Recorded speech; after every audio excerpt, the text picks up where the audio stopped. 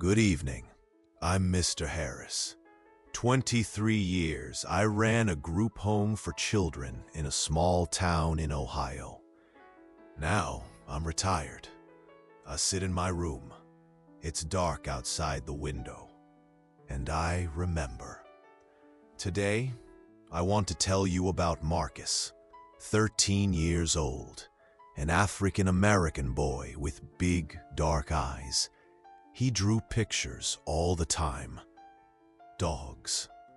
Only dogs. But at first I didn't understand. Why dogs? Why not cars like other boys?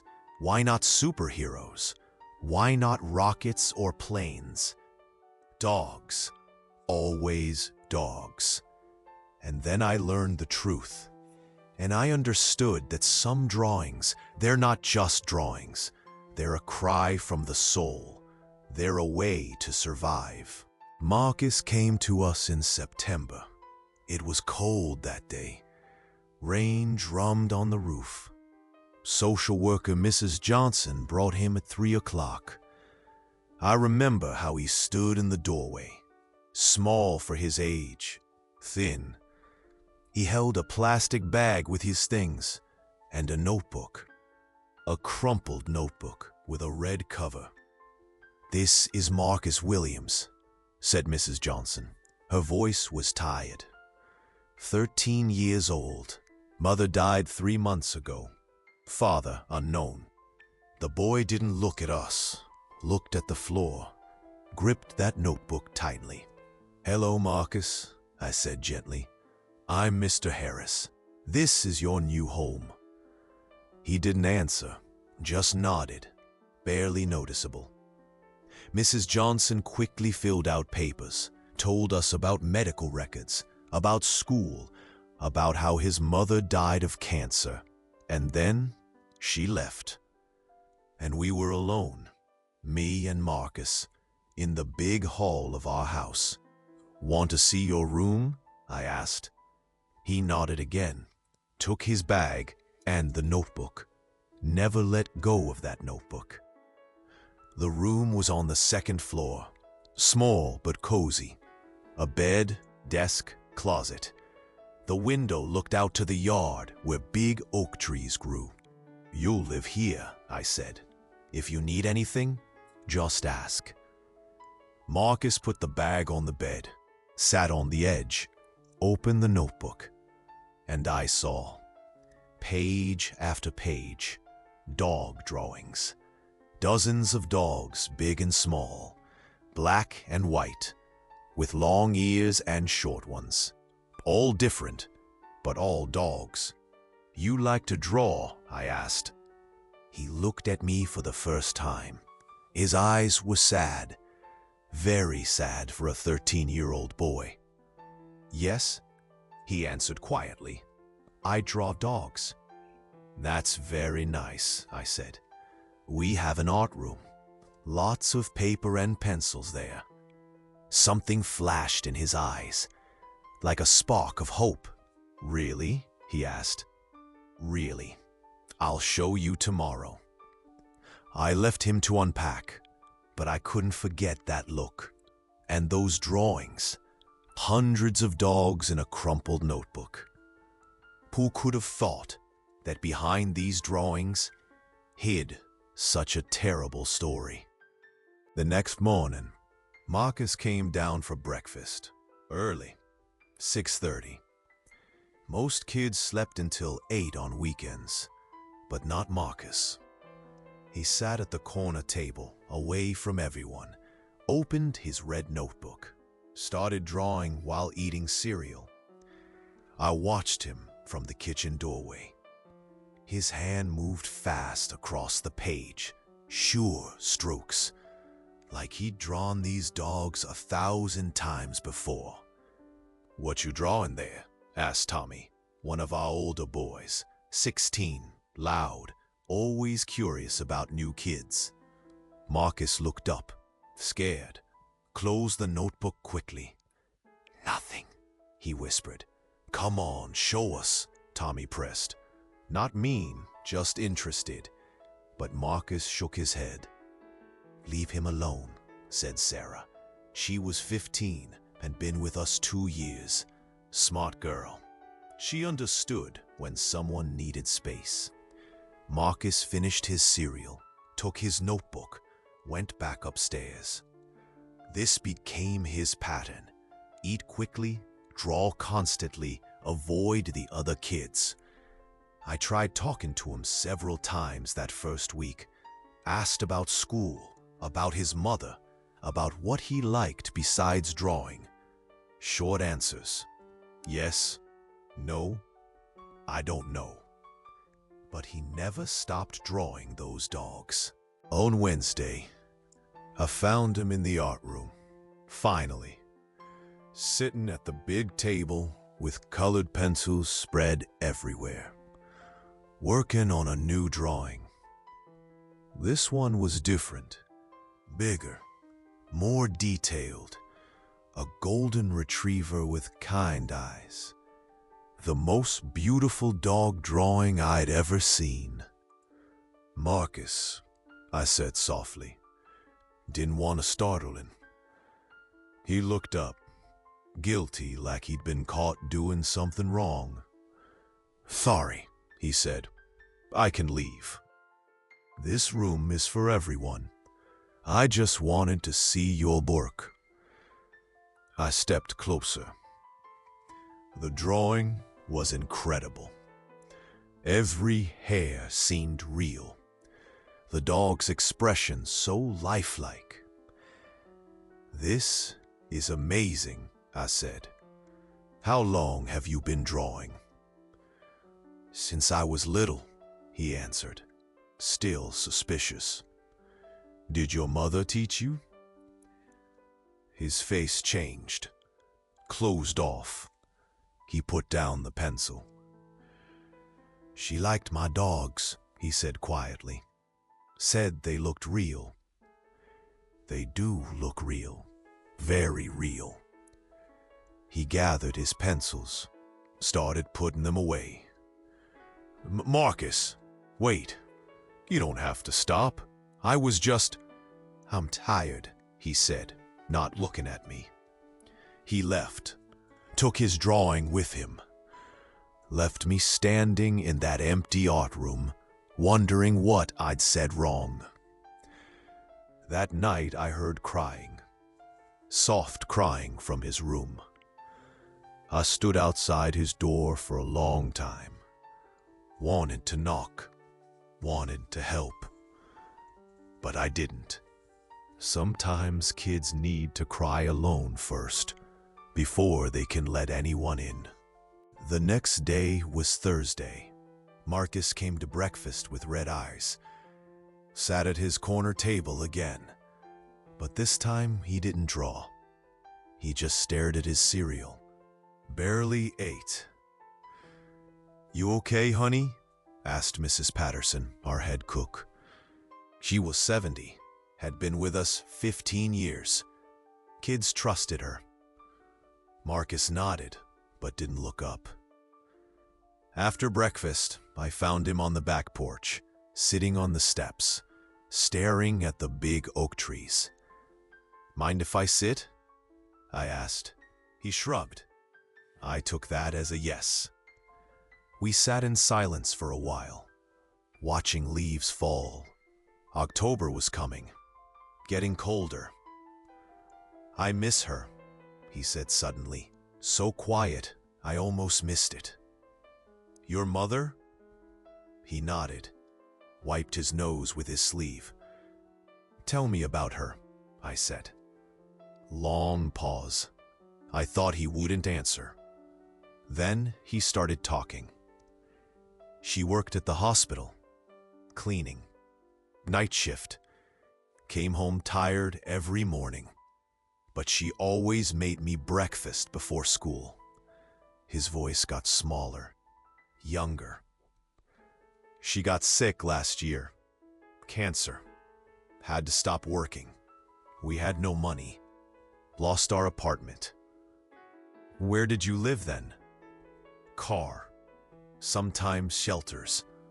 Mama tried to hide it from me, pretended it was an adventure, like camping. I felt my chest tighten. 13 years old, living in a car. We had a dog, he continued, before Mama got sick. Golden retriever, like the one I drew yesterday. What was his name? Buddy. His voice broke on the name. Best dog ever. Mama said he was my guardian angel. What happened to him? Marcus was quiet for a long time. I saw tears on his cheeks. When we lost the apartment, we couldn't keep him. Mama took him to the shelter, said someone would adopt him, give him a good home. Now I understood. The dogs in his drawings, they were all Buddy, every single one. I wanted to visit him, Marcus whispered. But Mama said it would make it harder, for him and for me. So you draw him instead. He looked at me, surprised that I understood. I draw him so I won't forget what he looked like, how he made me feel safe.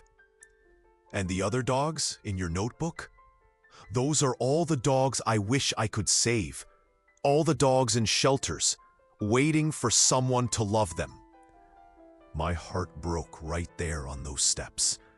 This kid, this amazing kid, drawing wasn't just art for him. It was love. It was memory. It was hope.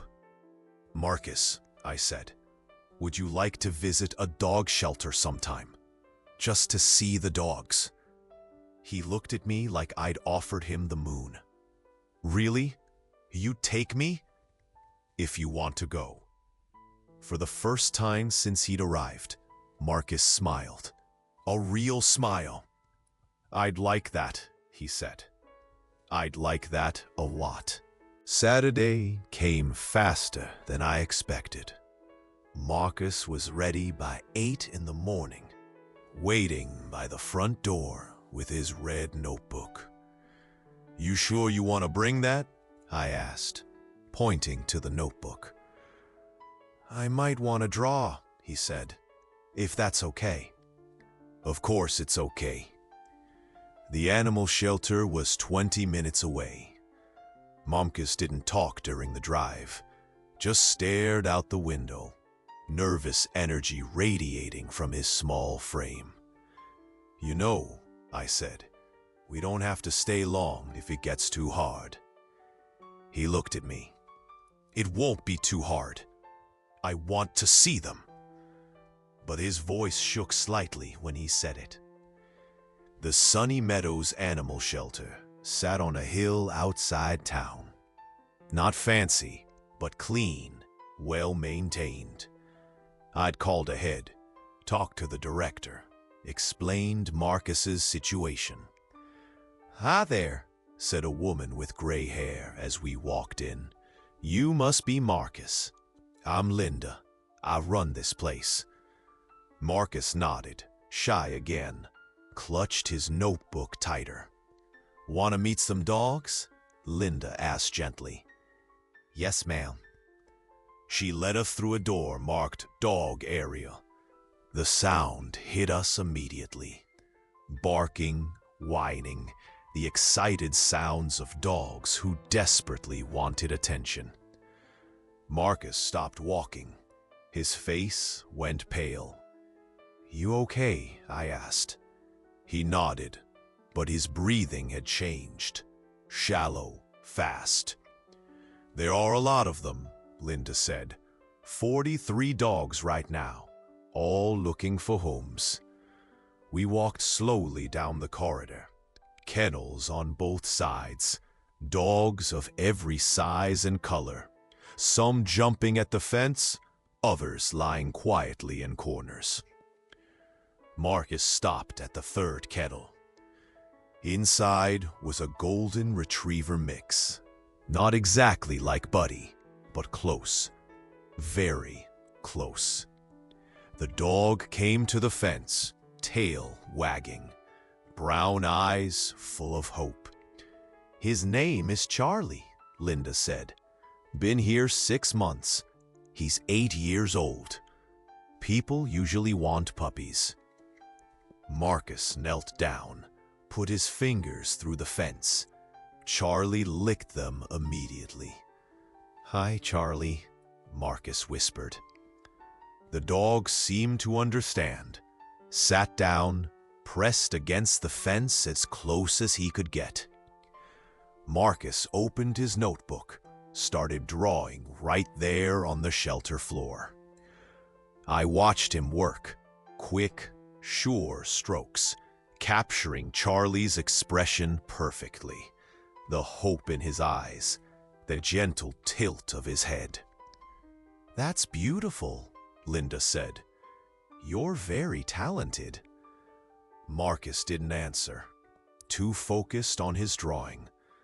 But I saw tears on his cheeks. "Can I pet him?" he asked. "Let me get the leash," Linda said. "We can take him to the yard." 10 minutes later, Marcus was sitting in the grass, Charlie's head in his lap. The dog was completely relaxed, like he'd found his person. "He likes you," I said. Marcus stroked Charlie's golden fur. "He reminds me of Buddy. Not exactly the same, but close." "Tell me more about Buddy." "He was bigger and younger, but he had the same eyes, kind eyes." Charlie looked up at Marcus, seemed to be listening. "Mama said Buddy picked us at the shelter. We went to look at puppies, but Buddy was already grown. Nobody wanted him." "Why not?" "He was too big for apartments, too old for most families. But Mama said he was perfect for us. He slept in my bed every night, walked me to school, waited at the bus stop every afternoon." Charlie rolled over, wanted his belly rubbed. Marcus obliged. "When Mama got sick, Buddy knew. Dogs know things like that. He stayed close to her, gentle, like he understood. That must have been hard, losing both of them." Marcus nodded, wiped his eyes. "The day we brought Buddy here, he didn't want to leave the car. He knew something was wrong." "What did you do?" "I hugged him, told him he was the best dog ever. Mama couldn't come in, too upset, so I walked him inside alone. I felt my throat tighten. 13 years old, saying goodbye to his best friend while his mother was dying. The lady here was nice, like Linda. She promised Buddy would find a good family. Said I could call to check on him. Did you?" "Once, week after Mama died. They said he'd been adopted, family with kids, big yard." Marcus buried his face in Charlie's fur. "I hope he remembers me sometimes." We sat there for an hour. Marcus drew 3 more pictures of Charlie, each one more detailed than the last. When it was time to go, Charlie whined, didn't want Marcus to leave. "I'll come back," Marcus promised, "if Mr. Harris says it's okay." "Of course," I said. "We can come every Saturday." Marcus's face lit up. "Really? Really?" On the drive home, Marcus was different, more open. He talked about the other dogs we'd seen. The beagle with sad eyes, the pit bull who was scared of his own shadow, the elderly collie who just wanted to be held. "They all have stories," he said. "Like Buddy, like me." "What kind of stories?" "Lost stories. Looking for home stories. Some of them probably had families who loved them. Then something bad happened." He opened his notebook, showed me the drawings. "I want to draw them all, so people remember they're not just shelter dogs. They're somebody's best friend. That night, Marcus came to dinner, sat with the other kids instead of alone, showed Sarah his drawings. "These are amazing," she said. "You should be an artist." "Maybe," Marcus said. "Or maybe I'll work at a shelter, help dogs find homes." I smiled. For the first time since he'd arrived, Marcus was thinking about the future, not just surviving day by day. The drawings had become something new, not just memories of Buddy, not just sadness. They were hope. 3 weeks passed. Marcus went to the shelter every Saturday, like clockwork, always with his red notebook, always drawing. But something was changing, in small ways at first. He started eating breakfast with the other kids, not at his corner table. Still quiet, but present. Sarah took a special interest in him. She'd been in our system since she was 10, knew what it felt like to be the new kid, the scared kid. "Want to see my room?" she asked one afternoon. Marcus was in the living room, sketching. He looked up, surprised. "Okay." Sarah's room was covered in photographs. Family pictures, friends from previous placements, moments she wanted to remember. "I collect memories," she explained. "Like you collect dog drawings." Marcus studied the photos. "These are nice. You look happy in them." "Not always, but I try to remember the good times. They help when things get bad." She pointed to a photo of herself with a golden retriever. "That's Max. He belonged to my foster family 2 years ago. Best dog ever." Marcus's eyes lit up. "He looks like Buddy. And Charlie. You really miss Buddy, don't you?" "Every day." Sarah sat on her bed, patted the space next to her. "Want to tell me about him?" And Marcus did. For the first time, he told someone his age about Buddy, about his mother, about living in the car. Sarah listened without judgment, asked questions that showed she cared. "I'm sorry," she said when he finished. "That's really hard." "Yeah, but the shelter helps. Seeing Charlie and the others, it's like Buddy's still alive somehow. Maybe he is, in your drawings." Marcus smiled. "That's what I think too." That night at dinner, Marcus sat between Sarah and Tommy, participated in conversations, laughed at Tommy's jokes, even shared one of his drawings, a beagle named Snoopy who'd been adopted that week. "You should frame these," said Mrs. Patterson. "They're museum quality." "Really?" Marcus asked. "Really. I know art. These are special." I watched from the kitchen doorway, proud of how far he'd come, but also worried. Change was good, but sometimes it came with complications. The next Saturday, we arrived at the shelter to find Charlie's kennel empty. "Where is he?" Marcus asked, panic in his voice. Linda smiled. "Good news. Charlie was adopted yesterday. Family with 3 kids. They fell in love with him immediately."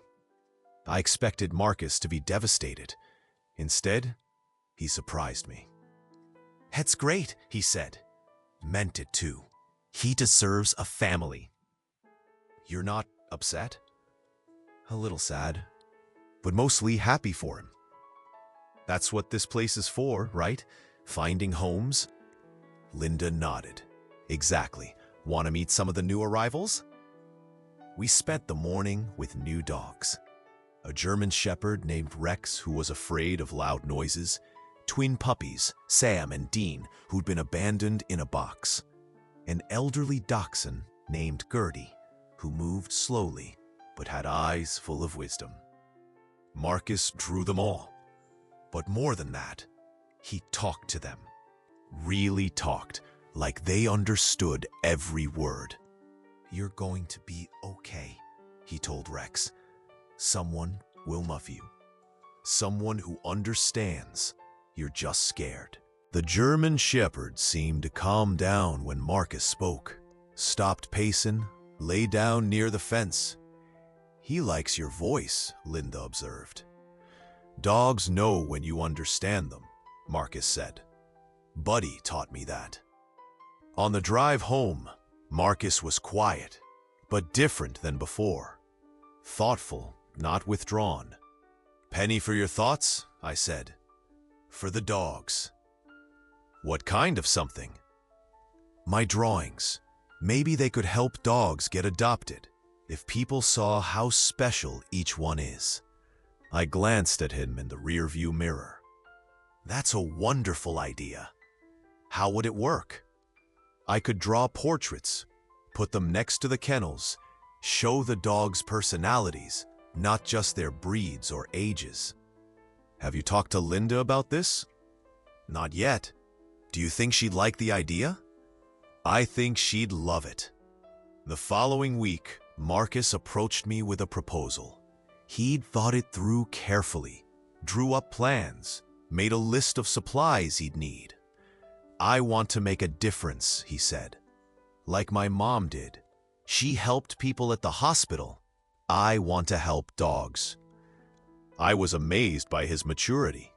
This kid who'd arrived broken and silent was now planning to help others. "Let's call Linda," I said. Linda was thrilled. "That's the most creative idea I've heard in 20 years of doing this work." She arranged for Marcus to come twice a week, Tuesdays after school and Saturdays, gave him his own corner in the adoption area, set up an easel and supplies. The first portrait he completed was of Rex, the frightened German Shepherd. But in Marcus's drawing, Rex looked noble, brave. The fear was there, but so was intelligence and loyalty. Under the drawing, Marcus wrote, "Rex is looking for a quiet home where he can feel safe. He's been hurt before, but he has so much love to give to the right family." That portrait went up on Tuesday. Rex was adopted on Friday. Coincidence? I asked Linda. Maybe, but the family said they fell in love with the drawing first. Said they could see Rex's soul in it. Marcus beamed when he heard. 1 down, 42 to go. But success brought new challenges. Other kids at our home started asking questions. Where did Marcus go twice a week? Why was he so special? "It's not fair," complained Bobby, one of our newer boys. "He gets to leave all the time. We're stuck here." "Life isn't fair," Sarah shot back. "Marcus found something he loves. Good for him." But I could see the tension building. Marcus was changing, growing confident. The other kids noticed. Some were happy for him. Others were jealous. And then there was the phone call that changed everything. It came on a Thursday evening. I was in my office when the phone rang. "Mr. Harris, this is Dr. Jennifer Walsh. I'm a veterinarian here in town. I heard about Marcus and his drawings." "Yes?" "I have a proposition. Would he be interested in a part-time job?" I nearly dropped the phone. "He's only 13. "I know, but I need someone to help with the animals. Basic care, cleaning, and maybe drawing." "Drawing? I've seen his work at the shelter. It's extraordinary. I think it could help my practice, help scared animals feel more comfortable." I told her I talked to Marcus, but my mind was racing. A job at 13. It could be amazing for him, or it could complicate everything. I found Marcus in the art room that evening, working on a portrait of Gertie, the elderly dachshund. His concentration was complete. hand moving steadily across the paper. "Marcus, can we talk?" He looked up, concerned. "Did I do something wrong?" "No. Actually, something very right. I got a phone call today." I sat down across from him, explained about Dr. Walsh, the veterinary clinic, the job offer. Marcus's eyes grew wide. "A real job? Working with animals?" "Part-time, after school and weekends. But yes, a real job." He put down his pencil, stared at me like I'd just told him he could fly. What would I do? Help with basic care, cleaning, and your drawings. She thinks they could help calm nervous animals. Like therapy? Exactly like therapy. Marcus was quiet for a long moment, processing. Would I still go to the shelter? We'd have to work it out. Maybe not as often. His face fell slightly. But what about my portraits there? The dogs need them.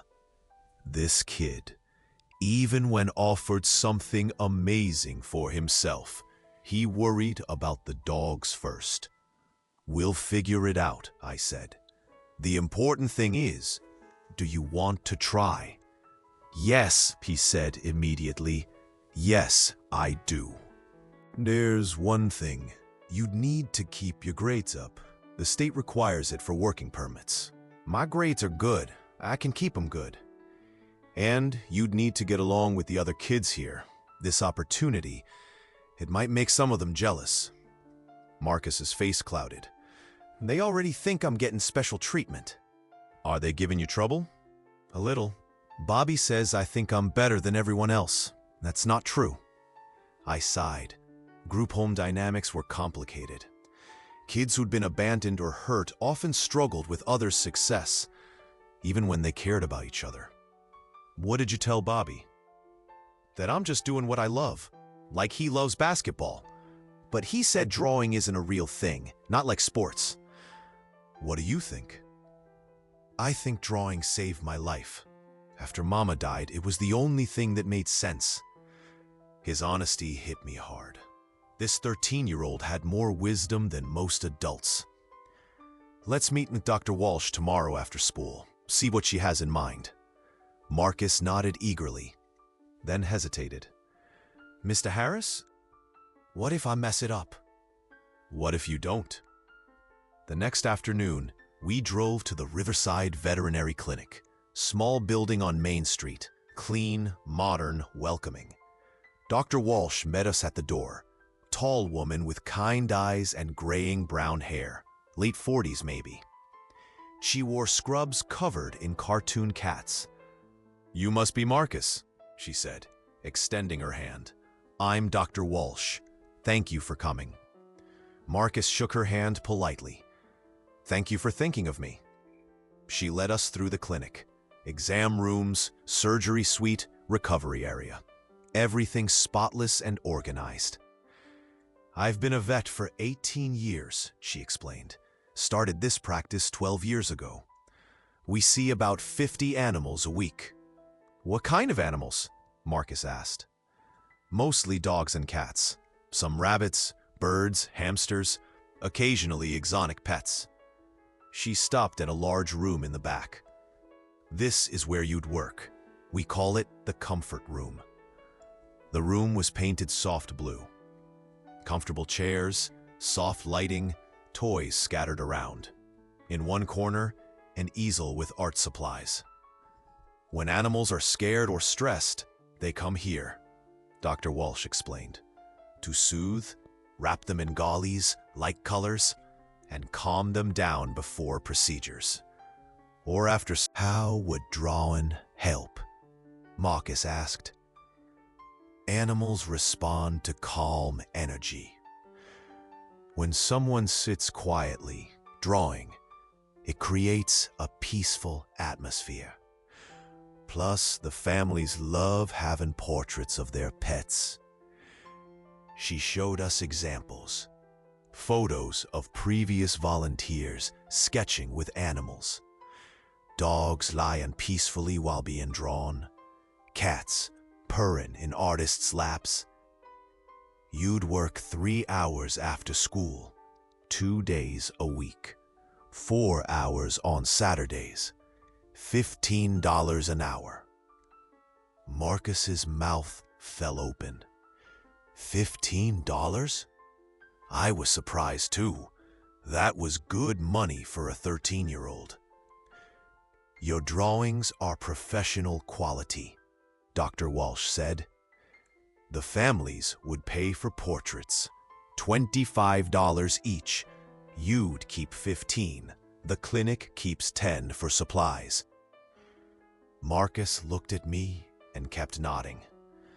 Good money, working with animals, using his talent. When would I start? He asked.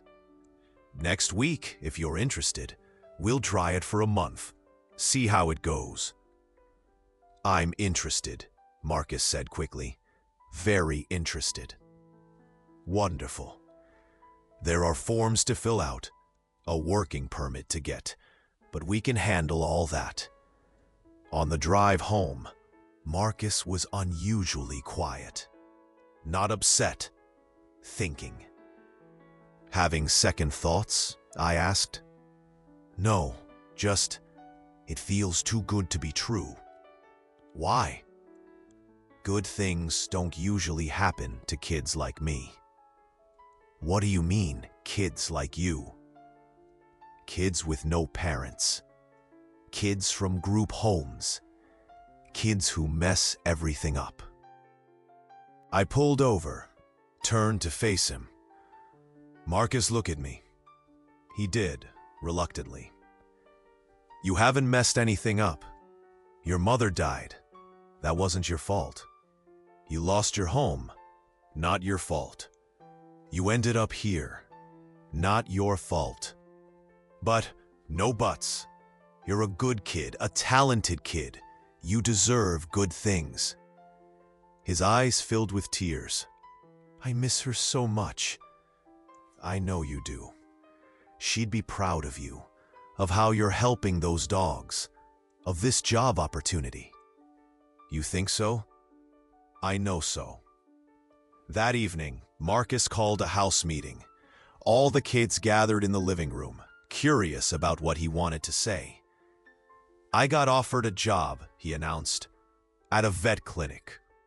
Mixed reactions. Sarah clacked, Tommy whooped, but Bobby crossed his arms. That's not fair, Bobby said. Why do you get special treatment? It's not special treatment, Sarah shot back. He earned it. How? By drawing pictures? Marcus stood up. By working hard. By finding something I care about. By not giving up. Easy for you to say, you're the golden boy now. The room got tense. I started to intervene, but Marcus held up his hand. I'm not trying to be better than anyone, he said quietly.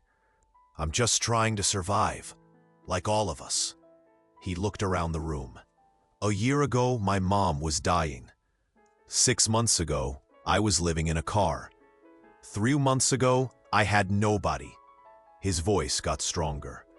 This job, it's not about being special. It's about finding something to live for. The room went silent. Even Bobby looked uncomfortable. If anyone else wants to find something they love, I'll help, Marcus continued. But I'm not going to feel bad for trying. Sarah started clapping, then Tommy, then others joined in. Bobby didn't clap, but he didn't argue either. That night, Marcus knocked on my office door. Thank you, he said, for believing I deserve good things. Sorrow. 6 months later, I stood in the doorway of the comfort room at Dr. Walsh's clinic, watching Marcus work his magic. A golden retriever puppy named Luna sat perfectly still while Marcus sketched. She'd been terrified when she arrived. Hit by a car, leg broken, afraid of everyone. But something about Marcus calmed her. "Almost done, Luna," he said softly. "You're being such a good girl." The puppy's tail wagged once, weak but hopeful. Marcus had changed so much since that first day. Taller now, more confident, but still gentle, still kind. The scared 13-year-old had become someone remarkable. "Her family's here," Dr. Walsh said, entering the room. Marcus finished the last few strokes, showed Luna the drawing. "What do you think?" Luna licked the paper. Marcus laughed. "I'll take that as approval." The family, mother, father, 2 young daughters, gathered around the drawing. The mother started crying. "It's perfect," she whispered. "It's exactly how we see her." "She's going to be fine," Marcus said. "The cast comes off in 2 weeks. She'll be running again soon." He handed them the portrait. They paid gladly. $25 well spent. "Marcus has a gift," Dr. Walsh told them. "He helps our animals heal.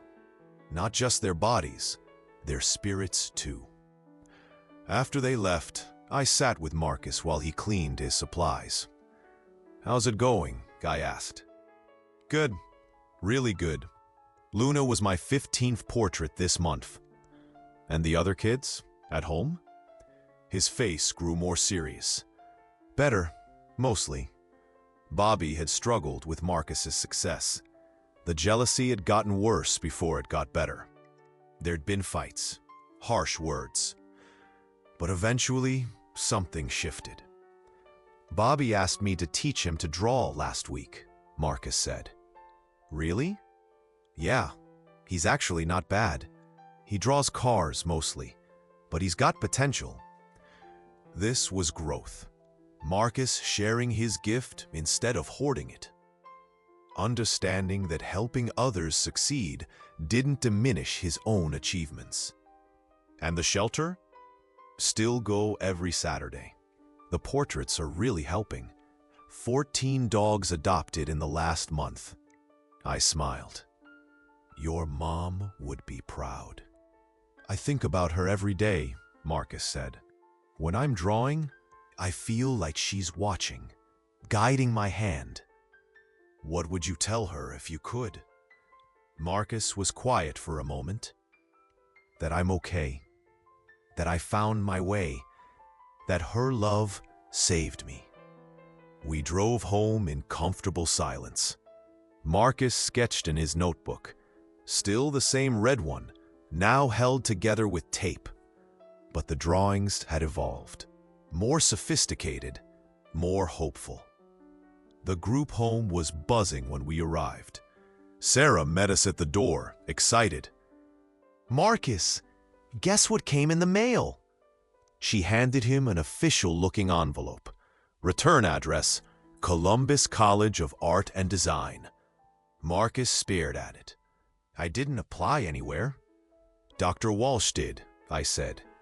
"She sent them your portfolio, without telling you." "What?" "Open it," Sarah urged. Marcus's hands shook as he tore open the envelope, read silently. His face went through several emotions: surprise, disbelief, joy.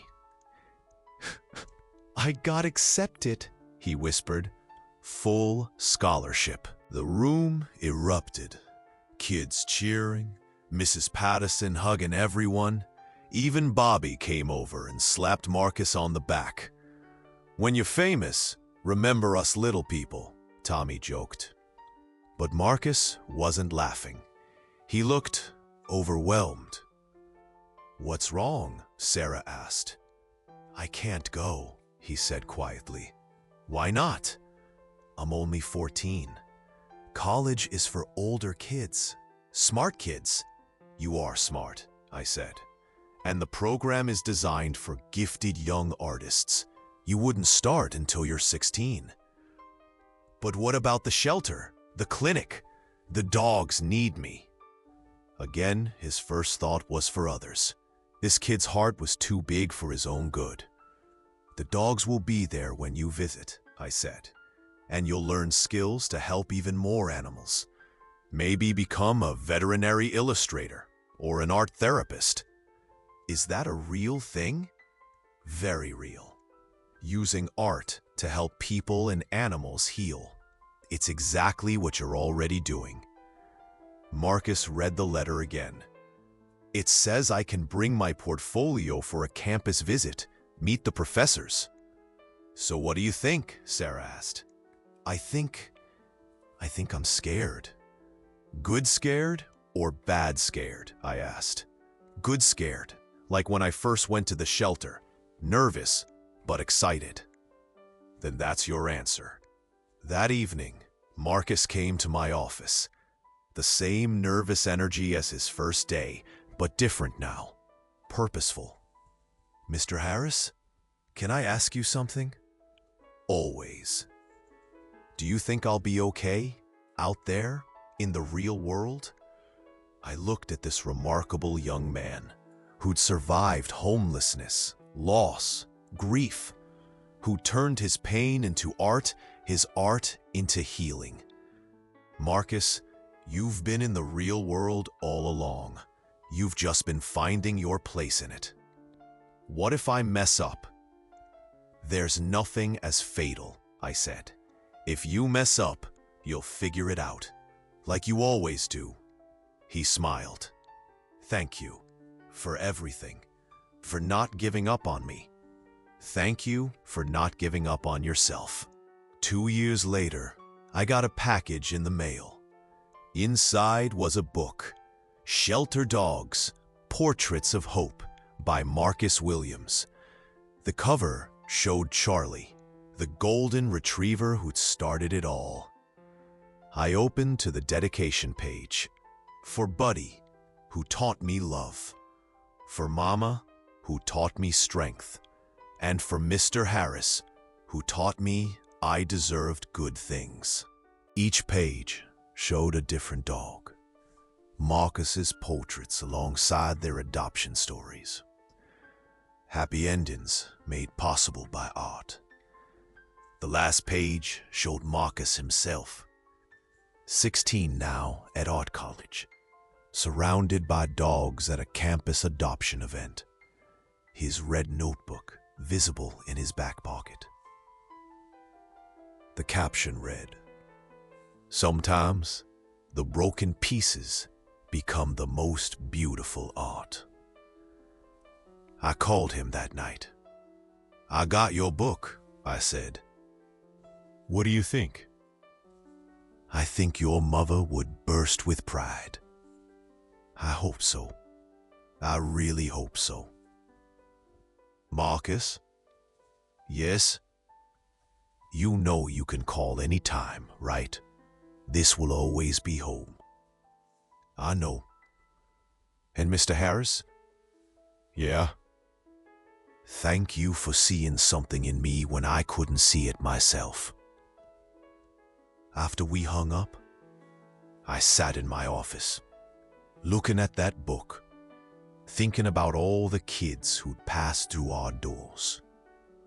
Some I'd helped, some I couldn't reach. But Marcus had helped me remember why I did this work. Not every story has a happy ending, but some do. And those are the ones that keep you going. Well, that's Marcus's story. One of many I could tell, but his is special, because he proved that broken doesn't mean worthless, that talent can bloom anywhere, that love leaves traces even after it's gone. I miss that red notebook. I miss his quiet presence in the art room. But I'm proud of who he became, who he's still becoming. Some kids you lose touch with, wonder about forever. But Marcus, I know he's okay. More than okay. He's exactly where he's supposed to be, drawing hope, one portrait at a time.